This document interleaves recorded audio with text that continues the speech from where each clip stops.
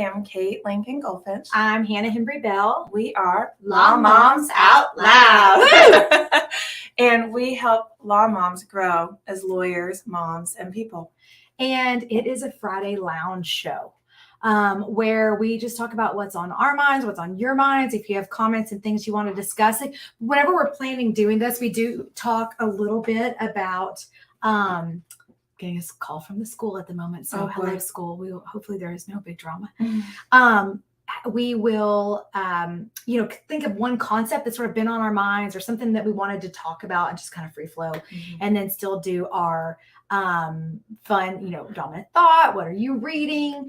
And gold stars. So we'll save some of that. So I know today, Kate, we were interested in talking about confidence. And the truth of the matter is we both kind of came in before the show started and we're like, okay, we are going to need to take a minute and kind of breathe because we both had, I think the mornings have been fine or whatever, but just kind of come in and look, because some days you feel like it and some days you don't feel like it, whatever it is. And both we try to take a minute and just to bring our high selves, our best selves, and our whatever to this. So I think of confidence as one of those words. And I do this with a bunch of words where I will get a word in my mind and start thinking about it. And then I lose absolute, utter, and total understanding of what that word means anymore. I think they say if you say the word 7 times, that it loses meaning. That's kind of like the concept where you can't conceptualize it anymore. I've heard that before. So, let's take that with the exact amount of oomph as you should, which is none. But it does, you can try it and say it 7 times and Should we try it? Okay. All right. Do like chair. Chair. Okay. Chair. Chair. Chair. Chair. Chair. Chair. Chair. No. Okay. Well, more than 7. Yeah, it's still jury. That's our data sample set.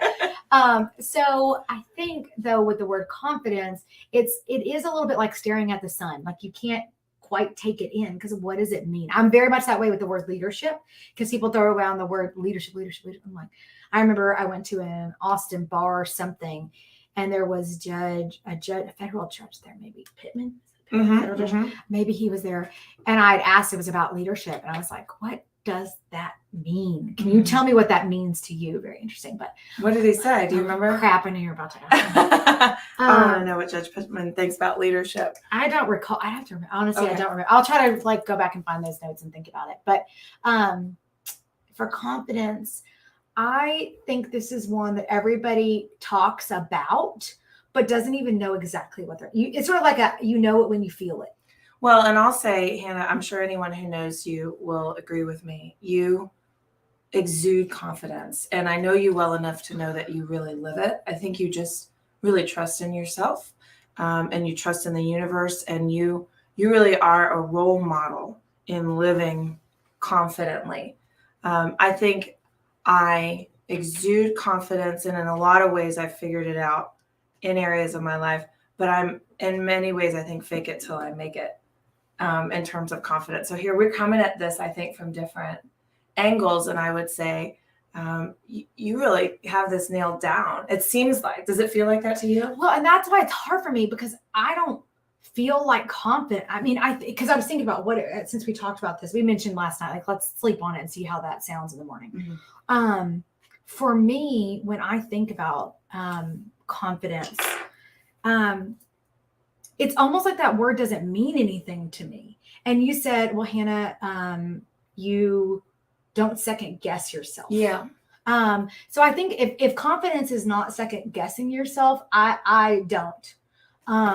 I trust and delegate to me, I guess. I just don't give myself a hard time about how something came out or I don't get in my own head too much. I guess I know what that feels like because every once in a while, you've had one of those days where everything feels kind of shaky and you're sort of I feel like I'm floating or something almost in my life and feel disassociated from things like touch points. Like that person feels kind of frustrated at me and this person's frustrated at me. So who even am I anymore? Yeah. That'll shake you when several people from different areas are upset with you and you're like, what's happening? I hate that. I hate it when that happens. Oh my God. So I think for me, I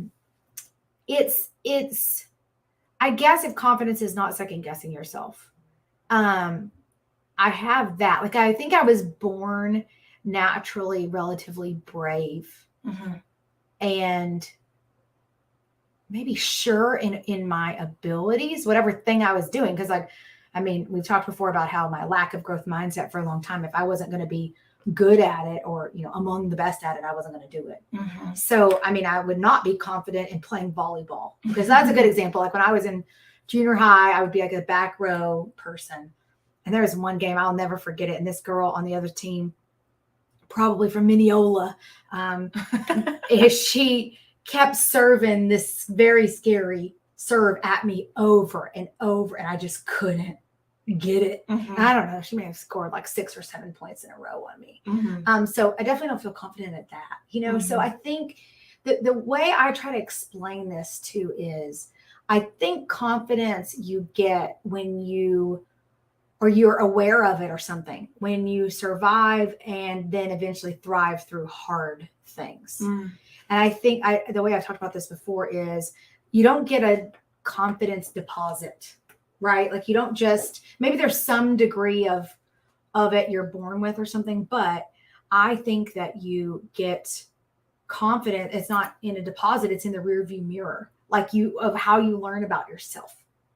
Yeah. It's like, there is earned confidence. Okay. So we've all have this in an area where we've done something enough times, even if it's something that would be really overwhelming for somebody else. For me, it's going on the news and talking about immigration law.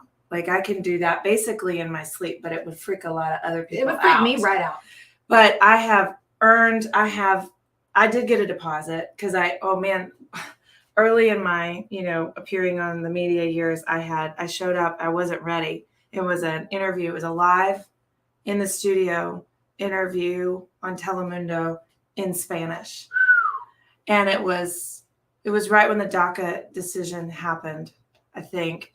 And I froze. The anchor asked me a question and I froze. I didn't understand. I answered what I thought she had asked me. And she asked me the question again because I had answered not the question that she had asked. And I actually froze on camera on a live TV interview. And then I beat myself up a lot about it, which I'll talk about in a minute. But that was early on. And then I've done it enough times now that I have easy earned confidence. But the other type of confidence where you don't have the deposit, it's unearned. Well, you didn't get a deposit of it. You earned it by doing the show. Like, you did the hard thing, you survived. So I think, so just think for a second, right? Because you didn't start that, I'm so confident in going on the news. No, I did not. So that's exactly what I mean is, you started it, I'm not confident I'm going on the news. In fact, you kind of screwed it up, it sounds like, a little bit. Yeah. But you survived it. Yeah. And you went back out there and you did it again. And then you build, and before you know it, it's easy. Yeah. So that's the earned confidence, which we all want. Everybody wants that. We all want to get to that point before we do the brave thing. It's like, I'll do that as soon as I'm good enough or comfortable or ready or experienced. But then there's this other type of confidence, which is what we're talking about today, where you do it even though you're not expert at it already. And the key, I think, there is not giving yourself a hard time, not second guessing yourself, loving yourself if you mess it up. And then I think a big part of this is thinking about why you're doing something really scary. There's that book, The 4 Agreements, and one of the agreements, which is really essential, is to not take anything personally. And I think when we do brave, scary things and we think we're going to mess it up, it's all about how we're going to feel, what other people are going to think about us. Are we going to be embarrassed? But instead, if you flip it and think, what good am I doing with this activity? Am I improving my kids' lives? Am I giving a speech that's going to benefit the audience? Am I, taking an action with my business that's going to make my team's lives better? And it's scary as hell and you may mess it up. But instead of, am I going to mess this up, is am I doing something that's going to benefit other people? And if you take yourself out of it, maybe you can get a little bit more brave.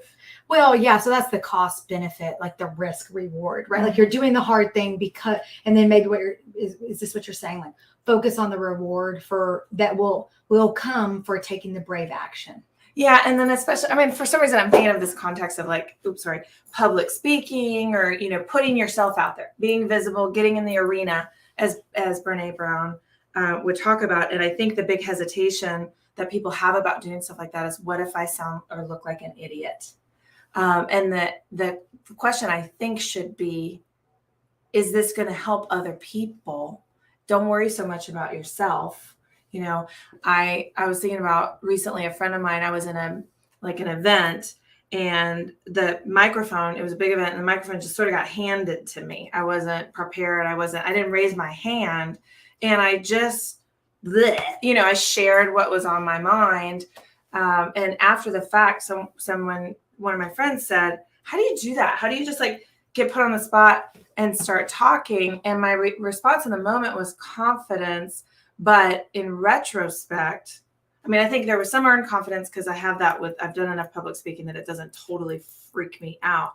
But also, I think in the moment, I was like, oh, I got something to say that's going to benefit this particular audience. And so I didn't really think about myself in that moment to like trip myself up. Yeah. So maybe if you focus on the value or the people that you're going to help or what'll come of it, it can remove you. Because I think what happens for a lot of people is they get so in their own head. Yes. And probably that goes to about being integrated as a person, which we've talked about on the show before, of like total full personhood. Because I don't get that much in my own head because I think I'm pretty integrated as a person. So there's no real big separation between the me, the watcher me, what Eckhart Tolle would say, or the ego me and the me that's living. It's not like split, because it almost has to be split to like get in your own head about you. It's like you thinking about you, and there's two. I think I mostly conceptually in my mind am one. Does that make sense? The difference? Because like if you're in your own head, you're thinking about yourself. That's two parts. Versus for me, I don't get in. I'm just there and doing, following my feet from like an intuitive thing. Yes. So I think it's one. So that's what I was thinking about. It comes back to me to an integration. So I'm not sitting there in my own head because I'm just living from, I'm not saying I never do, because sometimes I'll do. Like, how you can be talking and all of a sudden you're thinking about what you're saying, or like whenever I first start reading a new book and I can't like make reading work inside my head. Like I'm rethinking about each sentence because it's just like I'm not working right because I'm thinking about the fact that I'm reading. So I think that's what happens sometimes with people when they're doing a hard thing. Because the other thing I was thinking about with this is the concept of identity, right? Because if you think about the confidence, the usual next sentence or the way that would flow is confidence in X. Right. Confidence in something. So if you're having confidence, like just to have confidence, the rest of that sentence is, it doesn't have the right modifier, right? Confidence in yourself, confidence in your ability, confidence in what? So what I feel like this concept and so many concepts it gets back around to is the concept of identity. And who am I to have confidence in? So if I'm going to have confidence, I think it requires a certain level of knowing yourself and self connection and understanding to say, oh, I'm confident in my ability to take a microphone and answer. Well, you've learned about yourself along the way that you can do that. So it probably didn't even feel that scary. And so I think it's one of those concepts that can unearth a lot more about us. If you feel that there are areas maybe that you don't feel confident in, or you'd like to get more confidence, I bet you the journey starts with self-discovery. Because if you know who you are in your essence and in your being, I think it's natural to feel confident in that. You were made this way, however you think. You're born this way because of lots of cells, or God himself or the universe or whatever made you like that. So you can stand firm and rooted because you know who you are. Because like, I think confidence says, well, what will people think? Well, if you're super rooted in who you are, so what they think. I think that makes a lot of sense. And I think another aspect of that is when you really know yourself, then it's real clear what you're going to excel at and be good at, and what you probably just shouldn't be wasting your time messing around with. Like junior high volleyball for me. Yeah. Like it's easier to make the decision from a confident place. Like, yes, I will take this big, brave, bold move. Or no, you know what? That's probably not a good idea for me. Not because I'm scared or I'm going to mess it up or I'll be a failure, but because that's not the highest and best use of my time. So I do really like that, starting with knowing yourself, loving yourself, trusting yourself. And that loving yourself element is, I think, critical to this, taking risks aspect, because when you're confident, and I would say this has been my flavor of confidence, I am mostly very good at just saying yes to things that I think are good opportunities for me. And that often will lead to imperfect results, right? If you're taking constant risks and being confident, but not from the earned confidence, just because you're brave and you know yourself, there are going to be plenty of moments to second guess yourself, to not love yourself, to beat yourself up. And Hannah, you know this, I do second guess myself. It's something I'm trying to get a lot better at, but I'll even call Hannah and say, hey, I did this thing, I responded this way, or I said this thing to this person, and can you give me a gut check? And you'll say, like, Kate, you know the answer to this question. Yeah, why are you asking me? And so that whole loving yourself, just giving yourself grace and not second guessing, because it's okay. It's okay to take brave, bold moves in confidence and then not have a perfect outcome.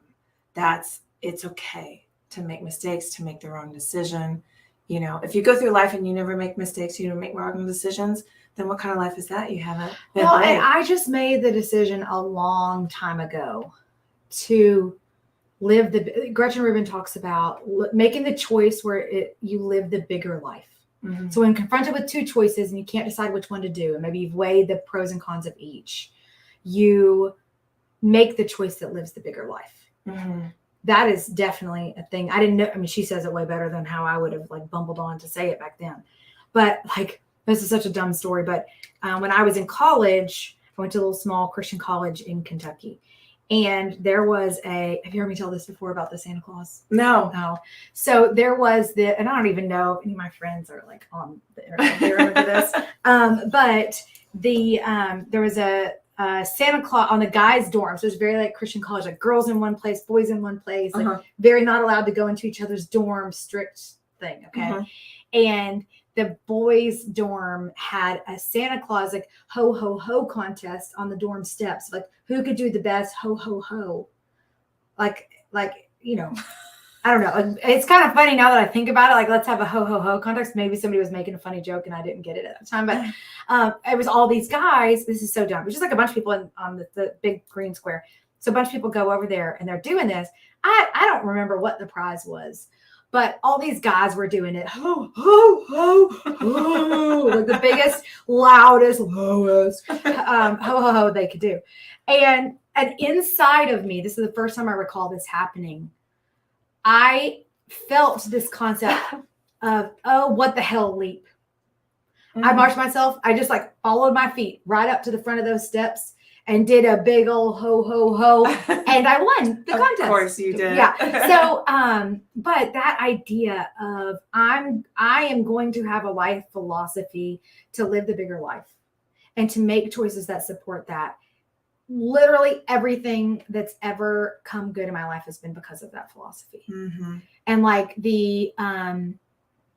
the idea, because one thing to think about is when people make these brave, big choices, when they step out, they don't maybe have any confidence. Maybe they do, maybe they don't, but take that step.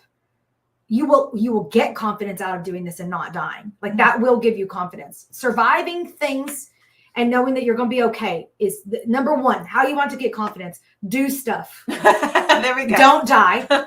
And then you will be more confident. That is literally it. Show's over. That's the blog article.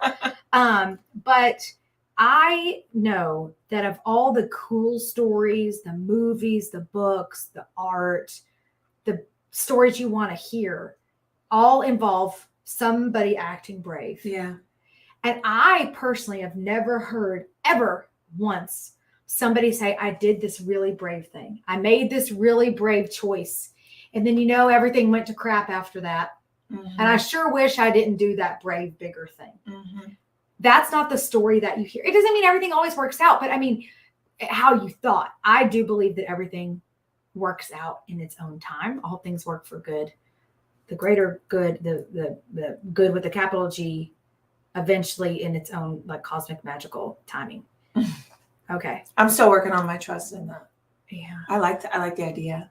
I am able to do that because I trust and believe in my own limited insignificance. Yeah. Because one thing we're talking about confidence that goes in this idea is this concept of control.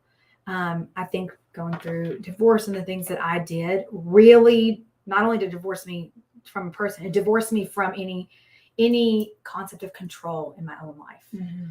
And when you realize that, you go through that fracture and pulling away from all of your different identity, your facets of your identity, you realize you don't actually have control. You don't have control over these little people.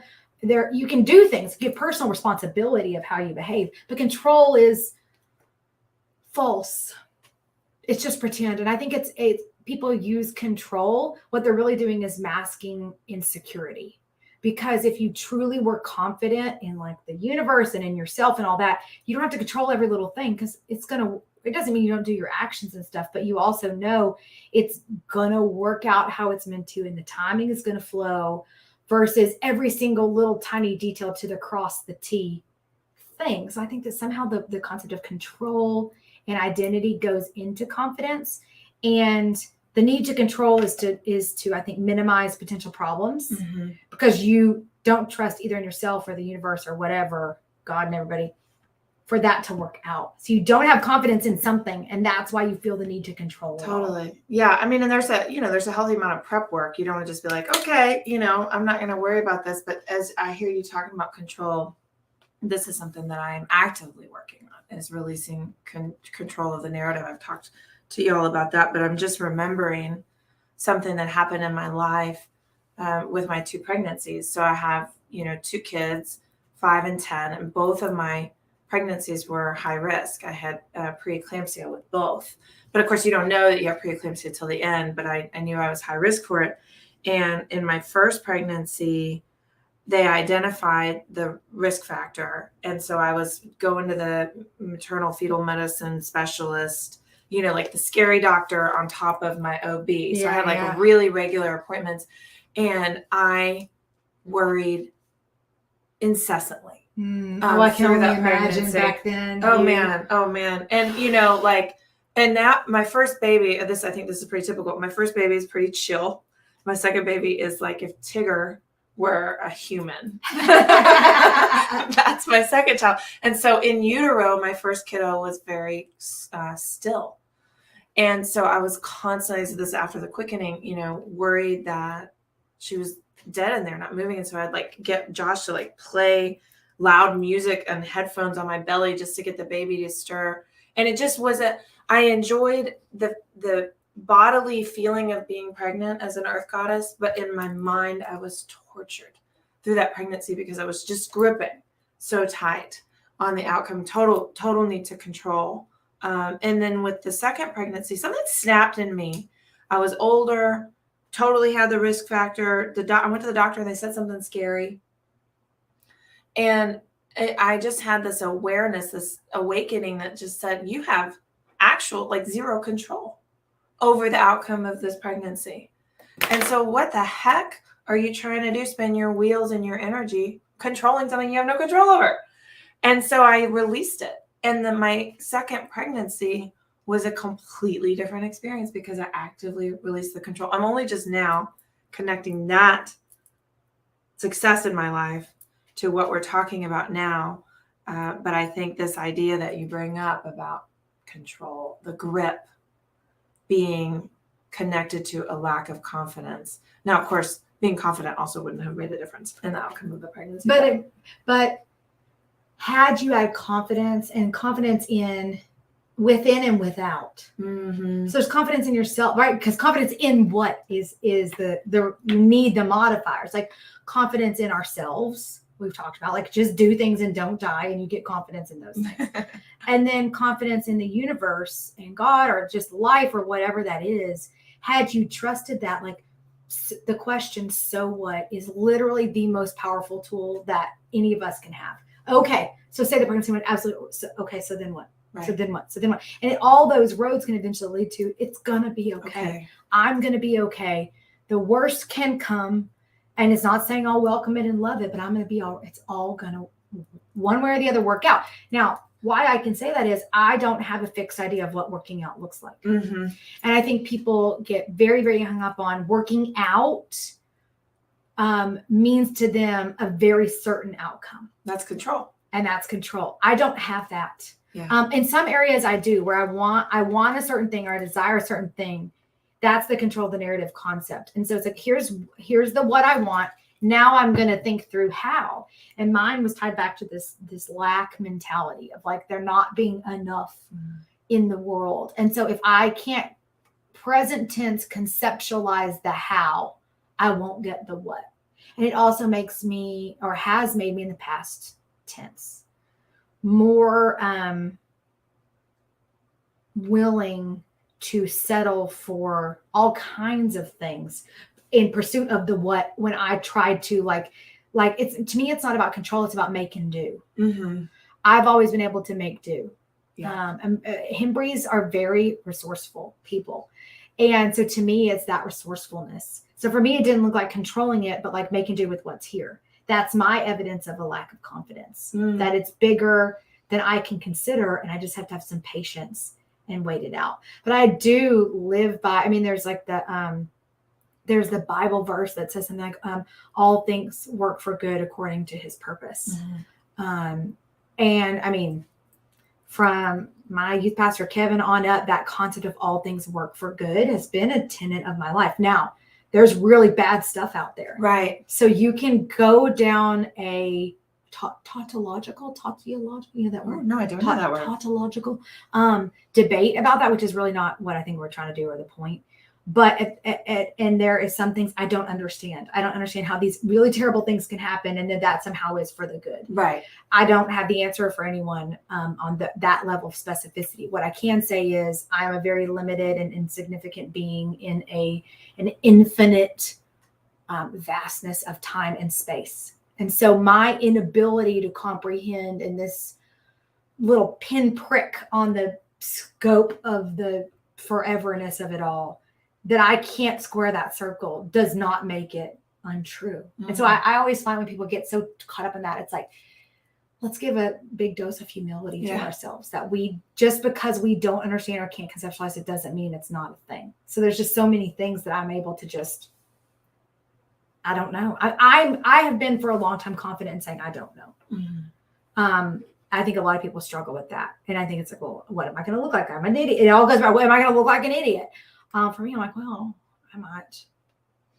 So I love that concept. I love what you just shared. I'm gonna return to that, because it is, we can't know. Because can you remember those pictures from recently of the way outer space from that NASA thing? Yes. Those things, that's real. Yes. And here we are, one little, we're like, there's an ant on the log on the bump in the bottom of the sea. Do you know that kid's book? No, but I know. Word on the frog on the bump on the log in the bottom.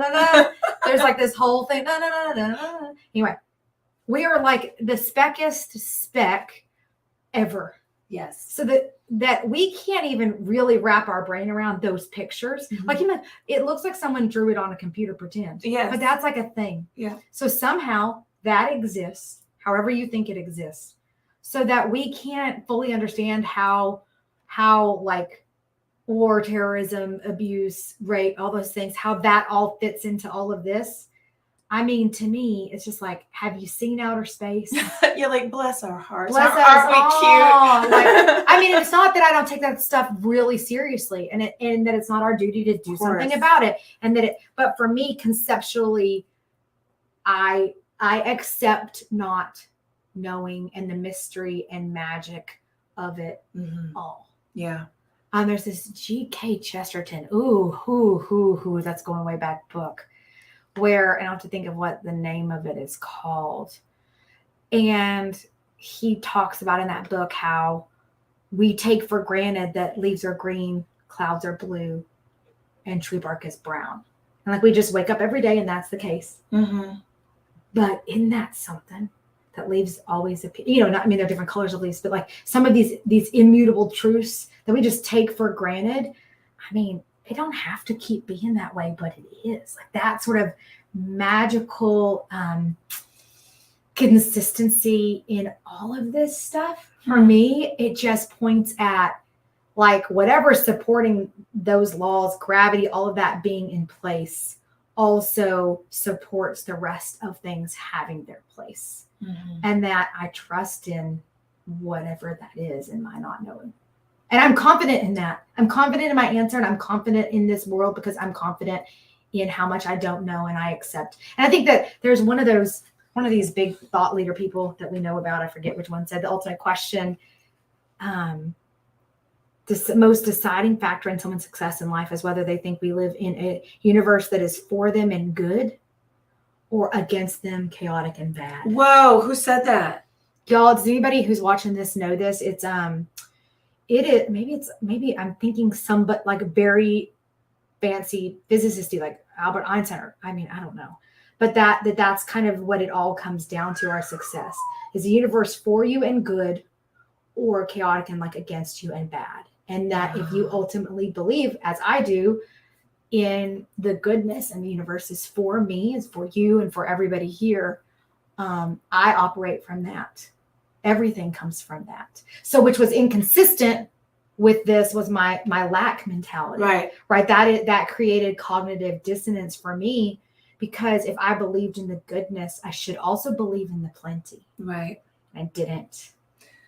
So you bring up, there are basically two kinds of people in the world under this theory, and I really like that. And I don't know. Can somebody maybe can find it. So, and we have a question here from Jenny, which I think is relevant to this. So we've all heard about vampires. How do you address the people who try and kill your confidence? These are obviously people who live in the other camp. And here's the answer. They can't, Jenny. It's yours. There we go. They literally cannot impact you. You will not be moved. If you've lived, you've survived, you didn't die, then you have confidence in those areas. They literally can't take it from you. They can't kill your confidence. Like, be like a stinking, you say Teflon, like a shield. Mm-hmm. It just rolls off of you. And to the extent those people try, get away from me.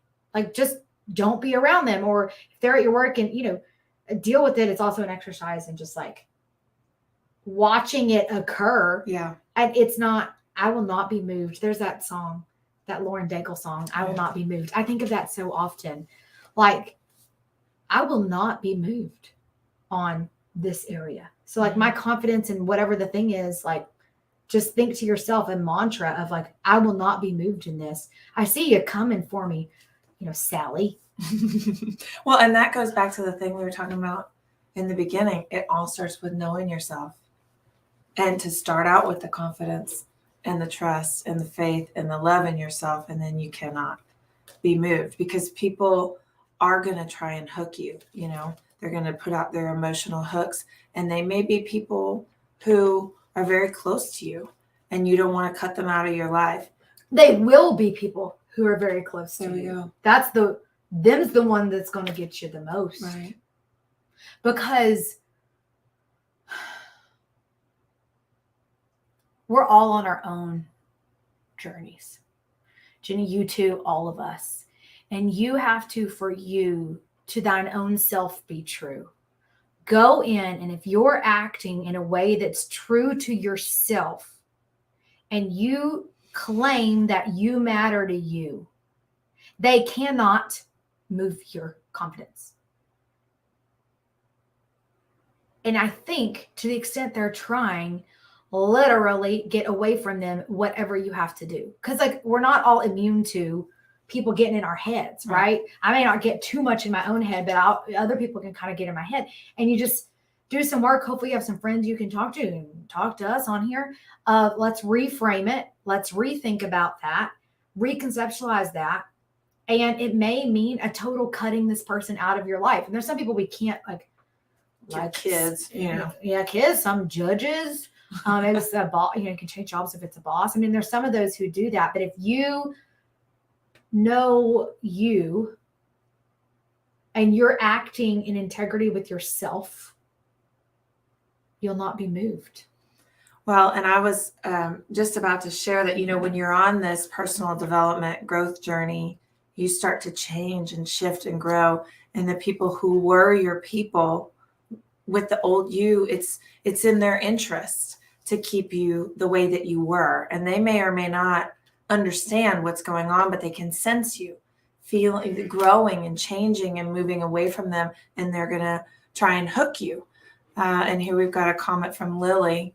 She says, I know I'm doing great when people try to make me feel bad about myself. I take it as a sign that I'm on the right path. Ooh, so yes. Talk about a reframe. Yeah. Lily, bringing it, of course. Of course. That's our Lily. So, well, and here's something I wanted to share from Melinda Grimaldi. Melinda, I don't know if you're watching this. Oh, dang, I'm on my phone because I'm trying to pull this up on her story. Is a quote from Oprah, which all hail the queen. And it says, when the time comes to bet on yourself, I hope you double down. So I got to the point, and I hope all of us are at the point where we're willing to and ready to bet on us. Yeah. And that you double down. And what's the worst that's going to happen? That's the thing. So what? What's the worst that's going to happen? So you do this thing and you see, the worst thing that's going to happen is really not all that bad. It's like this story in your mind. And I know for me, when I was getting divorced, because you were asking me, like, when did I really start to feel confident? And it was probably, if I was trying to think about that integration for myself, a year or so after it was over, the divorce. And in making the decision to leave my marriage then, I did not know what was going to be on the other side. I did not know whether I was going to be okay. Was I going to be able to afford rent? Was I going to be able to finish law school? Were my kids ever going to not hate me again? I didn't know. But what I did know was I was taking a real bet on me. I was going to bet that whatever it was better than what I was in the middle of. And I doubled down. Good job. And now if I can do that, hand me a microphone and have me say something, right? Like so that's the thing. I did the thing. I didn't die. And now I feel fierce in it. And every time you exercise, it's a muscle. Every time you exercise it, it gets stronger, because the idea of like, well, I don't know if I feel confident, like by people saying that on the sidelines, you got to get in the arena. Yeah. You got to take a chance. How can you know if you're confident if you always do what you've always done? And then you complain about your wife and so busy and so full and I'm so bleh and my husband's this bleh and my work's bleh. Like you're literally doing the same exact thing every single day. You're taking no bets on you because fortune favors the bold, right? And I think of good fortune, not just money fortune, which I'm sure that's true, but good fortune in universe comes from bold decisions. I mean, just really honestly, y'all think about it. Has anybody you've ever known said, man, I made that brave choice and whoo, doggy, I wish I didn't? Well, and these can be little things. I mean, not everybody needs to have a Phoenix moment, like you have. I think when you go through the fire and you come out alive, everybody has their own like that, though. I'm not sure that everybody does have a big moment. Hard something they had to deal with. Hard time in their marriage, hard time growing up, hard time something. Well, yeah. I mean, everybody's had heart difficulty in their life. But this where you had to like actually step out on your own and bet on yourself in a totally new life. That's a pretty extreme, but I guess I think it gives people a little bit of an out. You do have the opportunity to bet on yourself all the time. Well, that's what I was going to say is don't discount yourself. If you're listening to Hannah and going, I'm not going to leave my whole life behind. I don't have this big Phoenix moment. And so what does betting on me look like? There are teeny little moments every day. For me, it's when an opportunity presents itself before me, I say yes. Even if I got that little in my belly and I'm nervous about it, I always say yes and then figure out how I'm going to do it. Well, and isn't that the journey? If you want confidence or want to feel, what you really want to do is feel more confident. Yeah. Whether you got it or not, maybe you don't care that much, but you want to feel more confident. The journey begins with a yes. There we go. Now, Kate, okay, we'll kind of skip ahead a little bit. You want to go ahead and do gold stars, because I think your gold star relates to a yes. Yes. Like, why don't you share how your gold star this week and how that relates to this? Okay. So we give out gold stars in the 3 categories of personhood, motherhood, or lawyering every week. And it can be, all of us should be in the practice of doing this on a Friday. Like, what's your gold star? Yes, I love it so much. It is, and it can be teeny tiny little thing, but just, honor yourself, honor the things that you do. So, and I struggled this week. It's like I had a very sort of mundane, routine kind of week. Which was just not true. I happen to know what she was up to. It wasn't. But anyway, that's what she thought. I'm like, Kate, that's my job with Kate all the time, to be like, what you're saying is not accurate in reality. It's true. So, well, Hannah and I, one of the Law Moms Out Loud initiatives that we're working on, we have so many things cooking up for y'all, but one of them is a CLE that we want to start giving to lawyers about all of this stuff, about living a life that is full and not just based on our identities as lawyers, because we all know that lawyers have such high rates of, alcoholism, depression, suicide, etc., that there's this other way to live. And so we've actually developed the CLE, and we want to start, offering it. So if you're part of an organization and you want to hear more from us, please let us know. But we had this week, there was the 46th annual conference on immigration and nationality law with the University of Texas CLE group. And so I was on the planning committee. Last night was the dinner for the planning committee and the speakers. And I happened to sit next to the director of the program and said, in my mind, we've got this CLE that we want to start offering. I'm sitting next to someone who has a pretty big CLE platform. I'm going to say yes to this. It wasn't like he wasn't saying, hey, Kate, what you got cooking up? But the universe was presenting me with an opportunity. This person next to me who has a CLE platform. And I said, hey, I've got this new podcast show with Hannah Henry Bell, blah, blah, blah, CLE. And he said, oh, great. Let's get you in the studio. Let's record it. We'll get you in the programs. And it was he was very excited to hear about it. And there you go. I didn't have to go to the dinner. I didn't have to sit next to him. I didn't have to say anything about it. So it's just these little moments, watching out for them, and just push yourself through those doors when they open. Yeah, start with the yes. Good for you. Mine is a gold star for personhood. I was reflecting on that as we think about the show and just this week in general. As I've done a lot of this work the past few months, I'm now at a place where I really feel integrated from, totally in integrity, meaning like full from top to bottom and in and out, one. The oneness, a circleness. And what a result of that I'm seeing is, and I think I'm acting with more confidence. I mean, I think that it has something to do with being integrated within yourself and then acting from that space. You're acting in confidence because you're doing what is you. I mean, what else is there to do? But I am not hiding out from different areas, like at the law firm, or different like conflicts and things, because I'm just such a smoother outer by nature. Like, make everything smooth, and I want everybody around me to be happy and like feeling good and not having any drama or having frustrations or whatever. And what I've noticed that I'm doing is no. I'm not going to just let that fly, or I'm not going to just smooth this for everyone or rescue them in what they're dealing with. I'm going to address that kind of head on. Like, I had an issue with an employee where they'd done a couple things, and neither one of the things was that big of a deal, but it just, after I thought about it for hours, I didn't have a knee-jerk reaction, but it didn't sit right with me. Mm-hmm. And I thought, okay, this is one of those things that normally in the past I've let build up, a bunch of these littles that begin to breed resentment, and I'm not going to do that. And also, I don't really appreciate the way this thing was handled. And so I went to them and I said, hey, tell me more about this curious question, and addressed it head on. And it was just a big nothing. Right. A little bit of clarification. And it was also like a reminder, like, hey, I'm aware of this. And if stuff goes down, I'm going to come say something. That for me, it's like a little thing, but it's a very big thing. Because normally I would just sweep that under the rug, tolerate it, deal with it later. Oh, it's not that big of a deal. They're going to think I'm being like overreacting or whatever. Like this story of I'm going to overreact or be unreasonable, Right. which I don't do either. I really don't. So that is just not factually true. So whenever I'm integrating myself, I know I don't overreact. I know that I don't have knee jerks. I don't act unreasonable. So I could approach that. I don't care if that's what they think because that's not who I am. Mm-hmm. So I'm not hiding out from different areas of, particularly in regards to like business stuff. Just, there's things like, oh, I don't really know what that spreadsheet means. I'm just going to not look at it.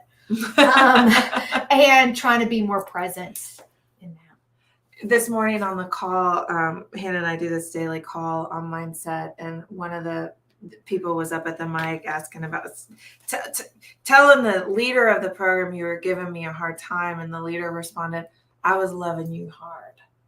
And I like that phrase, thinking about, going to people, don't let the resentment build, particularly an employer-employee relationship.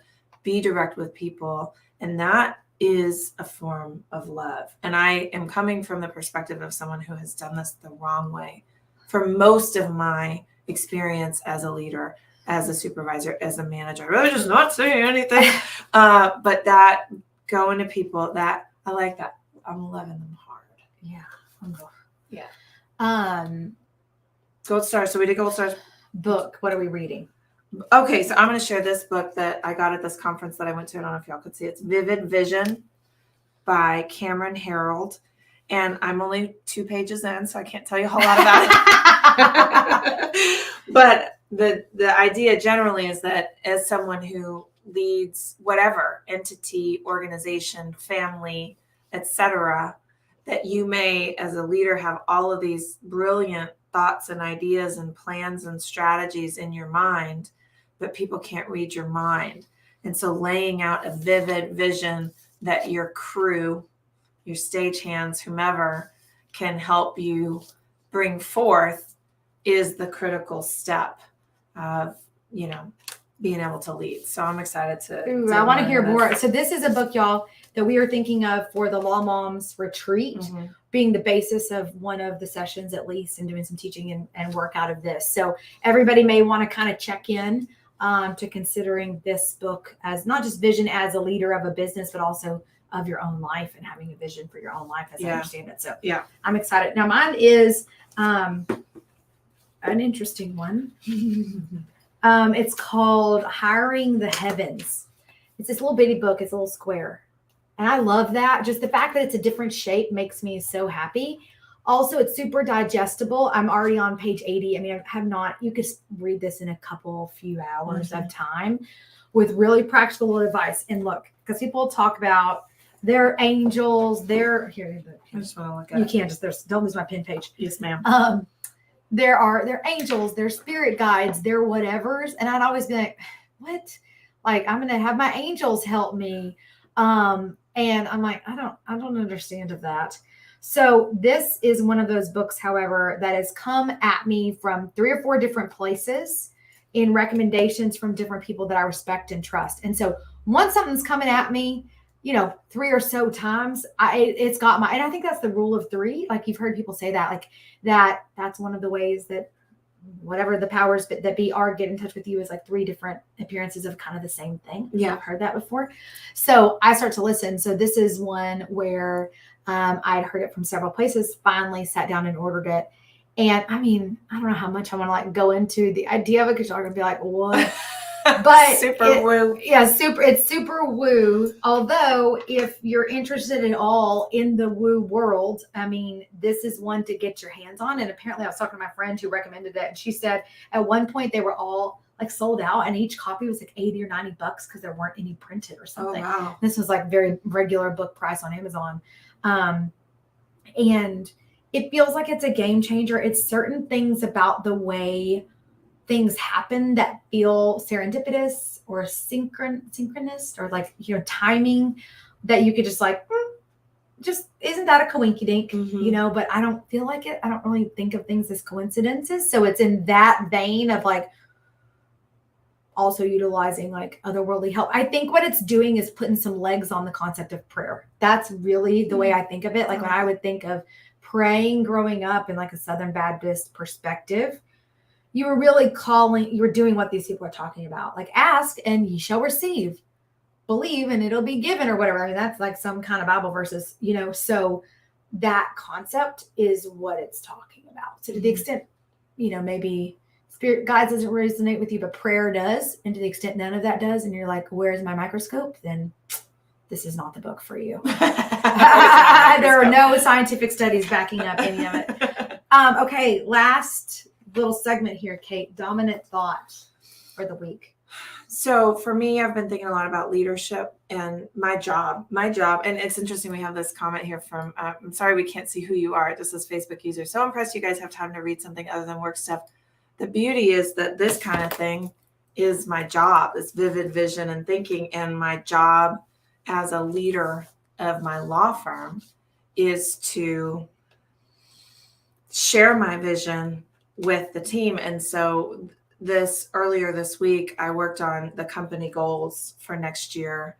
And one of my coaches was recommending to me, get your leadership team involved in this, share the goals that you've got and get their thoughts on the initiatives that need to happen to reach these goals.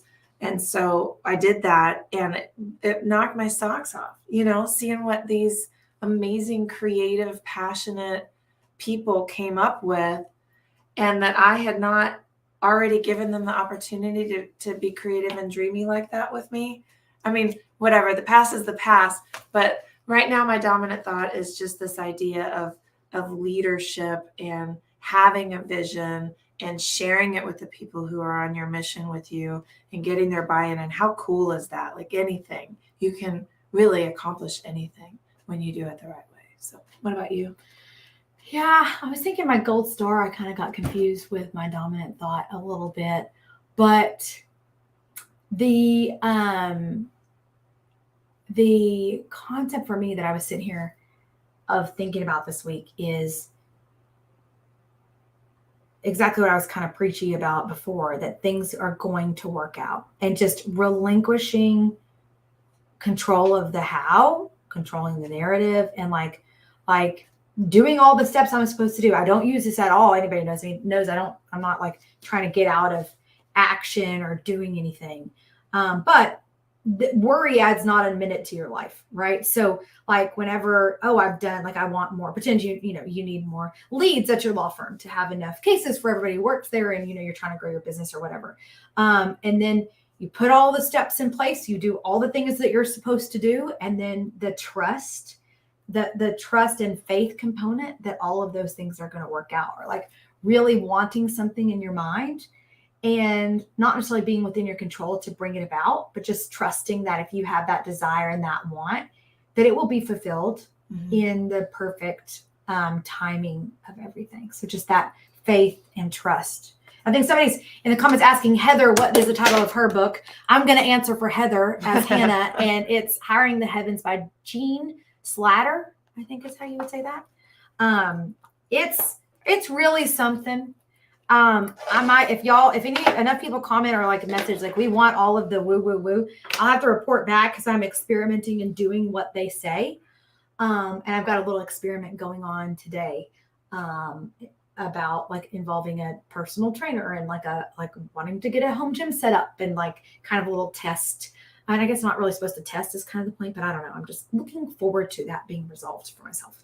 We're both pretty into the woo, and our experience has been that when we talk about this stuff with y'all, there's a lot of curiosity and excitement about it. So we'll probably just keep sharing it with you. And I don't know, you might think we're a bunch of weirdos, but we like it. It's what we're into. I guess all of you, watching, if you don't like it, you could just exit the YouTube. Yeah. Well, look, it is so nice. I like Fridays for these shows because to me, it's such a good time to reflect. And y'all are not, some of y'all are here and texting comments and things which we appreciate. And I hope that you might take a minute just to reflect on your week the way we do to do prepped for the show. And just like, okay, what was my dominant thought? What book was I reading this week? I read a couple. Which one do I want to talk about? Or looking at a couple. And when we say reading, y'all, it's not we have a few going. I have like 4 books going at once. And so it's easy for me to talk across 4 weeks. I've read 10 pages in each. Sometimes I'll read more, but it's not like we're staying up till 1 a.m. to read a bunch of books. Like, don't be fooled. Although Hannah is better than us all because she doesn't even watch TV. Yeah, I don't really watch TV. I don't have to. I choose to shut my brain down and watch TV at night. I'm not sure that serves me all that well. I might revisit that, but for now, I have a nighttime TV session. Yeah, I don't. Last night I watched the episode from the House of Dragons show from Sunday that I didn't see. Although they switched that character, the young girl, she was so good. That girl's gonna be. Y'all know she's gonna be in the younger character of Daenerys. No, it's not Daenerys. Rhaenyra. Yeah, Rhaenyra. Yeah, I'm not good at remembering all their names. But y'all know she's going to be in a bunch of stuff now. Something about her hooked you, right? So there's this other one. I was like, who are you? But so I watched I have usually one because I can't control myself because of my impulsivity and like my want to do what I want to do. I will just stay up until 3 a.m. and watch it. So it's just not. So at night I read, I take a bath, I write some poetry sometimes, I plan the next day, I call a friend. I stopped the TV habit in law school and never fully picked it back up. It's good. But I love the chance to get to reflect on the week before. Yeah. And taking that time together to just think. It's added benefit to my life just doing this show. So I hope those of y'all who are watching or listening to this later that you might just take 5 minutes and think of those 3 things for yourself, your gold star, your dominant thought. What are you reading? Mm-hmm. And maybe you can even track those over the course of time and see how those dominant thoughts hopefully progress. Or you can notice some patterns if they don't, if you're still with the same stuff. I will say that knowing that I'm going to be talking about those 3 things on Friday does keep me sort of thoughtful, not necessarily accountable, but it keeps me on track through the week. I'm not just going to waste a whole week when I know I'm going to be figuring all of this out on Friday. It's just something to consider. Yeah, absolutely. Well, guys, I think that's one thing we would be very remiss to not mention that on October the 6th, so exciting, we are having a live show with author Chandler Baker, who is author of The Whisper Network and of Husbands. And I think they're making movies out of her books now. She's a local Austin lawyer mom turned, I think, full-time author now. And I think she has a new book out. She's a great person. Besides that, she's an author and has some interesting stuff. So we're having a live event in Austin for anybody who's local. You can go on our Facebook page and find all the details. But even if you're not local, you can join us for the interview, chatty chat with Chandler that evening. Details are on the site. And then for local people, we're hanging around and launching the Travis County Women Lawyers Association book club with Shireen and Leslie. They're going to be kicking us off with that. So we're super excited. And then we have all the authors because, oh my God, the next week on October, what's that Friday? October 14th. October the 14th, that afternoon, it's going to be an afternoon show. We are doing a live book launch for Lily Shepard Carter, who y'all have heard us talk about so much, all the hearts, all the snaps. Mm-hmm.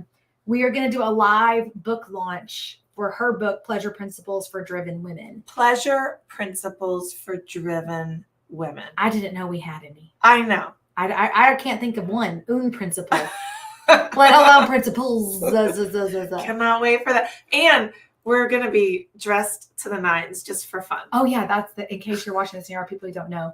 We're going to have a glam optional event. So we are going to bring the best, most extra ridiculous things. So y'all just be ready for that. So, all right, guys, everybody have a good weekend. Bye. Love y'all.